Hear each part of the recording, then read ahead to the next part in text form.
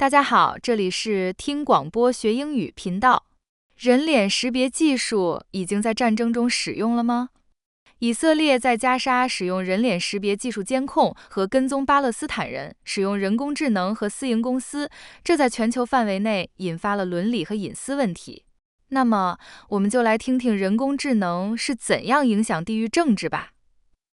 Hey, shortwavers. I'm your host today, science correspondent Jeff Brumfield. Earlier this year, I went to Israel to cover the ongoing war that began after the Hamas attack of October 7th. And I found myself on a grassy hill overlooking the city of Hebron.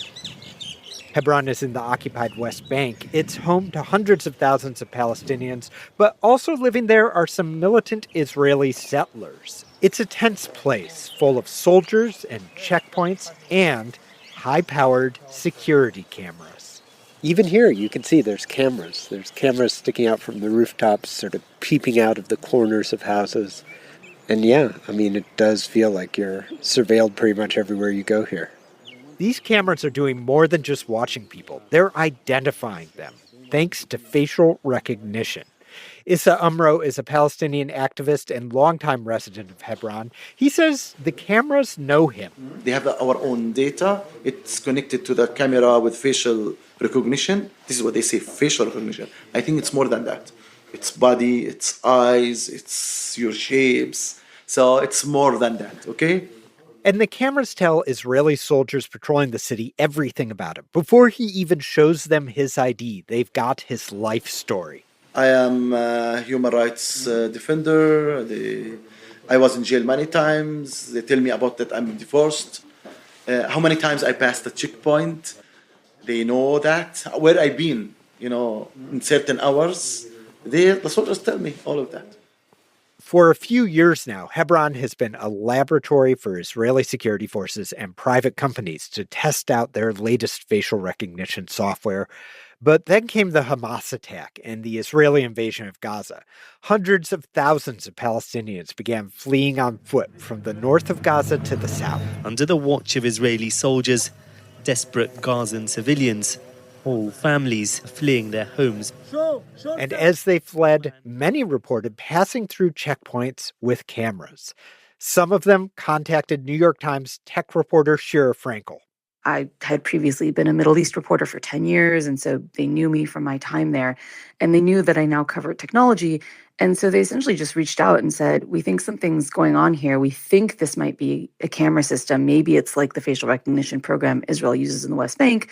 Can you start to look into this? She decided she is going to try and find out what was going on. I went about sort of getting in touch with various contacts in Israel's defense ministry, Israeli soldiers who were serving in the Gaza Strip, who had left, who could potentially tell me what was going on, and just trying to report out whether they had, in fact, launched a facial recognition program in Gaza. And she discovered that the Israeli military was trying to set up a new facial recognition system with the help of private Israeli companies and, believe it or not, Google Photos. So today on the show, Shira and I are going to talk about how Israel's government is using facial recognition and AI to track Palestinians and why people in every single country on earth should be paying close attention to what they're up to. You're listening to Shortwave, the science podcast from NPR. So first things first, you're a tech reporter, I'm a science reporter.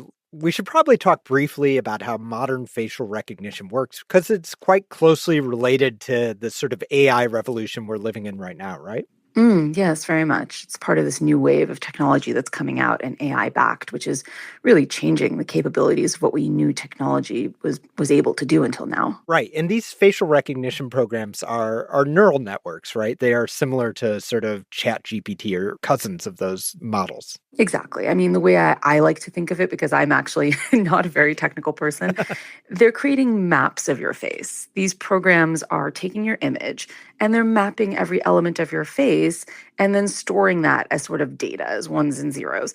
And then when another image is uploaded, it scans that image and it says, are there matches here? Do we think these two faces actually belong to the same person? And just like these AI models, they're shown huge databases and they learn to identify different faces by training on those databases. Exactly. And like any AI system, they're only as good as the training that goes into them. So the more data you give them, the more examples you give it of these two people are in fact the same, the more they learn to recognize, in fact, what makes up a human face and how they can, with some degree of confidence, say, we believe these two faces belong to the same individual. So the tech itself has gotten very good, assuming the algorithm is properly trained, but it's just as good as the system you're plugged into. So when you're at the airport, there are facial recognition technologies being used more and more now. I've come across them recently. And that's a situation, it's a very controlled environment. You have a photo ID, you are staring straight at a camera, you're being logged by a facial recognition system. But the Israelis have been using it in different ways in the West Bank and elsewhere, right? Sure. I mean, I think the way to think about it is in the airport, you're making a choice to be scanned by facial recognition software. You're deciding to allow that system to scan your face. And, a lot of people prefer it. It makes their time at the airport go faster. They don't have to pull out a passport every time. In some airports, at least, they use these systems. You can just have your face scanned. So it's seen as time saving, and people basically see it as a service. The difference between that and governments, including the Israeli government that use facial recognition, is that in the West Bank, for instance, Palestinians who need to move between two areas because they work in one or because they just need to visit a hospital or get, literally cross a road, they're not choosing to be scanned by that facial recognition software. There's no opt-in, opt-out system. Yeah. I mean, one of the things I heard while I was in Hebron is that they don't always even know when they're being scanned, right? Like they have high-powered cameras that aren't at the checkpoints that at least people like Issa Umro think can pick up their face just walking through the city. Right. And again, so there's the checkpoints themselves, which the cameras are very visible. They know they're being scanned. And then there are a number of cameras that are just scattered through cities. And we'll get to this soon, I think. But in Gaza, there are drones that fly above head. There are entire systems that are in place that nobody in Gaza has an opt into. They are just living their lives in Gaza, and their faces are being scanned. So turning to Gaza, what's going on there? How is it different from the West Bank? So Israel has not had a military presence themselves in Gaza since 2005, which is when Israel announced it was going to go through a process called the Disengagement. It was going to withdraw its troops from the Gaza Strip. So any kind of surveillance, including facial recognition software that's done in Gaza, is done from afar. It's done literally from the physical border that Gaza shares with Israel. There are a number of cameras that are set up along that fence. It's done via drones, and it's done via online surveillance. The Facebook pages, the Instagram, the YouTube, all the social media of Palestinians who live in Gaza is very closely monitored by Israel. And this is all being done by this specific part of military intelligence called Unit 8200, or at least they have a central role in what you found out was going on. Right. So Unit 8200, which is in fact one of the largest units in the Israeli military, does their digital surveillance, their online surveillance. So Unit 8200 had, for a long time, had a very sort of basic facial recognition program running in Gaza. It wasn't nearly as broad as what they had in the West Bank because they didn't have the same system of cameras and soldiers on the ground. But they had been keeping track of people that they believed to be members of Hamas. They had been keeping track of people who they thought were relatives of those who were in Hamas or other, extremist Islamist groups in Gaza. And that included their images. After October 7th, they really, they stepped up that program is the best way I can think of it. They immediately went through the videos that had been filmed on October 7th, and any individual who had taken part in coming across the border, they had tried to identify by name and also get multiple images of them, sometimes pulling from their social media. And then they had very quickly said, well, look, we are definitely sending soldiers in. Let's talk about how we're going to launch a broader facial recognition program in the Gaza Strip. And so they ended up partnering with this Israeli company called CoreSight. Right. CoreSight is one of the largest and most prominent facial recognition companies based in Israel. And this is a company that for years has kind of touted its ability to recognize faces, even from photos that only showed a very small part of the face. And so this was very attractive for the Israeli military because they had a lot of images from October 7th in which only, a very small part of a person's face were shown. And I got to say, when I read your article, that did raise my eyebrows because, facial recognition, as we discussed, is very good when you're standing in front of a camera, but at high angles, with faces partially obscured, maybe with low resolution or at night, all of this really degrades the software's ability to identify faces, right? Right. And I mean, I think as anyone who has ever, seen the PR claims of a company knows, there's a big gulf between what a company says it can do and what it can actually do. And CoreSight's claims about being able to recognize people's faces that were like, almost fully covered by masks or bandanas or balaclavas or whatever, they were pretty extraordinary. And I think the Israeli military really saw an opportunity to test that. What did they find, I guess, when they tried this out? Well, they actually discovered that there was quite a high failure rate and error rate of faces being misidentified. This became especially clear to them because it wasn't just being used to identify members of Hamas and other militant groups, but it was also being used to identify Israelis who had been taken hostage and taken into the Gaza Strip. Israel wanted to be able to look through video footage and say, okay, this individual was taken from their home, and can we spot them anywhere else in Gaza?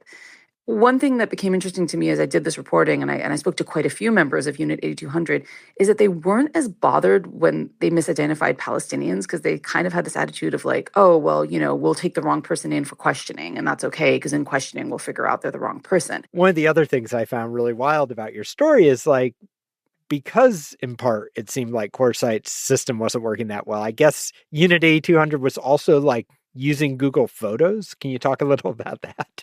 So what they discovered, and this really came up specifically with the hostages, was that Google Photos, which is the same Google Photos you or I can have on our phone, where you upload a bunch of photos and then you can identify, in my case, I'll say, okay, this is my child, this is my cat. And then you can then search your photos and say, please find me other photos of my child or of my cat.